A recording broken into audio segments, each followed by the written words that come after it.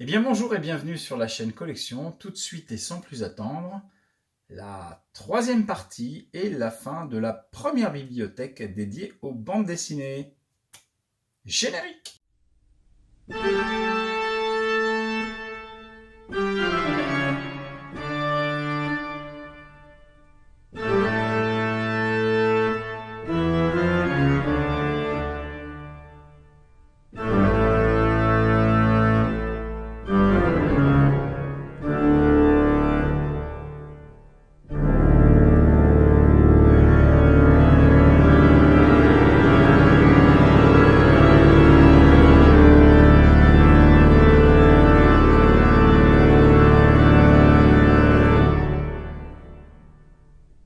Ici à l'étage du haut, donc on a d'abord tous les Tintins. Alors moi je les ai dans une édition Françoisir, c'est pas la plus belle, mais on me l'a offert, donc je l'ai pris. Je ne vais pas vous présenter les Tintins hein, quand même, ça je pense que là-dessus tout le monde connaît. Ça je vais mettre ça là. Ça non plus, c'est des vieux Tintins en édition classique. Alors, tiens, Tintin et l'Alphard, le dernier en fait qui a été inachevé. Donc ça c'est le format qui se vend aujourd'hui. Mais à l'époque ils avaient sorti celui-là que j'ai bien fait d'acheter, qui était séparé en deux. Et d'un côté vous aviez tous les dessins, je sais pas si vous voyez, alors ça c'est vraiment chouette, hein. Tous les dessins faits à la main par Hergé. Au début ils sont super bien faits, et puis au fur et à mesure il y en a de moins en moins, hein, parce qu'il n'a pas fini l'histoire. Et puis de l'autre côté, le scénario, hein, avec les dialogues. Ça, je suis très content de l'avoir celui-là. Tiré de l'animé Tintin et le lac aux requins, ça serait bien que tout ne tombe pas. Un autre truc qu'a fait Hergé, Josette et Joko. 5 volumes, le testament de Monsieur Pump, destination New York, le Manitoba ne répond plus, l'éruption du Karamako et, pour finir, la vallée des Cobras.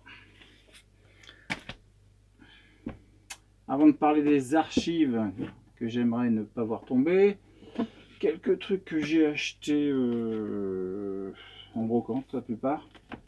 Alors un album jeu. En fait, ce qui m'a intéressé, c'était le prix et le fait que le magnète gratuit soit toujours dedans. Donc c'est Capitaine Haddock. Donc ça c'est pas mal au niveau collection. Ça c'est des journaux, bon, Le Figaro, Tintin Reporter, Tintin Découverte des grandes civilisations. C'est parce que je m'intéresse à Tintin, mais bon, ça n'a pas grand intérêt au niveau collection. Jouons avec Tintin, Moulinsart, ça c'est un livre-jeu. Popol et Virginie, c'est un truc destiné aux enfants qu'il a fait à une époque. Et le musée imaginaire de Tintin. Donc, ensuite, nous avons les archives. Qu'est-ce que c'est que les archives Tintin? Alors, c'est des albums qui ont été édités et qui reprennent les éditions originales. Dans le premier, nous avons Tintin au pays des soviets, au Congo, en Amérique. Les histoires qui sont dedans ne ressemblent pas aux histoires qui sont actuellement publiées. Parce que Hergé a refait plusieurs fois les aventures. Si on prend le Tintin au Congo de 1930, déjà au niveau graphique, il n'est pas formidable, mais il est hyper colonialiste. On voit Tintin apprenant aux petits Congolais belges que leur pays c'est la Belgique, enfin des trucs comme ça quoi. Aujourd'hui ça n'a plus de sens donc, et même avant, enfin même à une période. Donc il a refait ses... Mais c'est toujours intéressant d'avoir les archives. Voilà, j'ai aussi Quick et Flop. Je sais pas si j'arrive à bien le prononcer. Donc ça c'était une série avec des enfants un petit peu espiègles hein, qui faisaient des bêtises, c'est assez rigolo. Et dans le même genre, voilà, alors encore les archives, les cigares du pharaon, Lotus bleu, oreille cassée. Et l'île noire, le sceptre d'autocar, le crabe au pinceau. Ici j'ai deux fois le même, Le Monde d'Hergé de Benoît Peters, dans deux éditions différentes.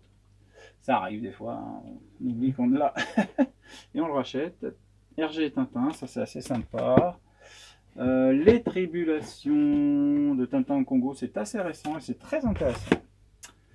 Et puis un petit, le petit Haddock illustré, voilà, c'est comme un dictionnaire sur Haddock. Il existe le même pour Tournesol, mais je l'ai raté une fois dans un magasin. Quelqu'un me l'a chippé sous mon nez. Ça, c'est des objets qui sont plutôt de Tintin. On ne va pas les regarder maintenant.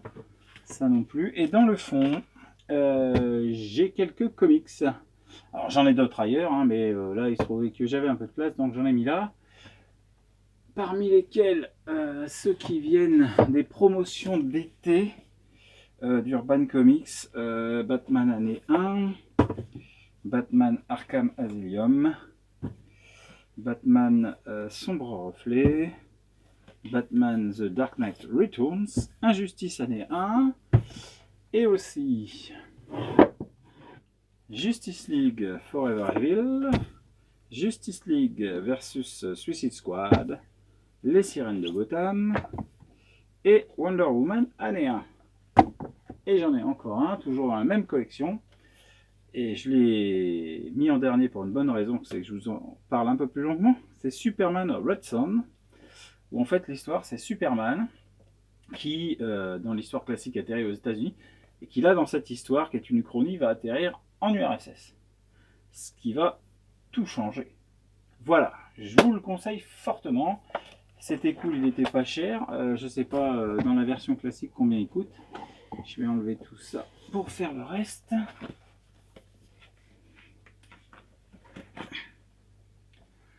Alors, on a quoi? Du Marvel, des intégrales, Fantastic Four.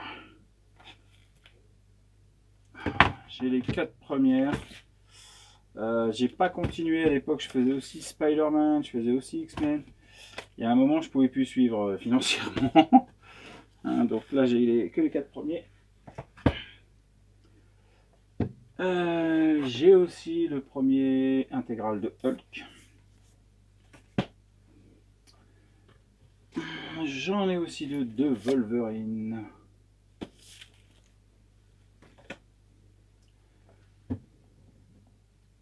Alors, tout ce qui est Avengers, voilà, jusqu'à la mort.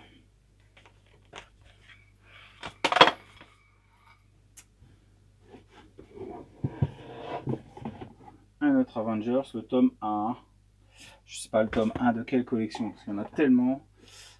Secret Wars.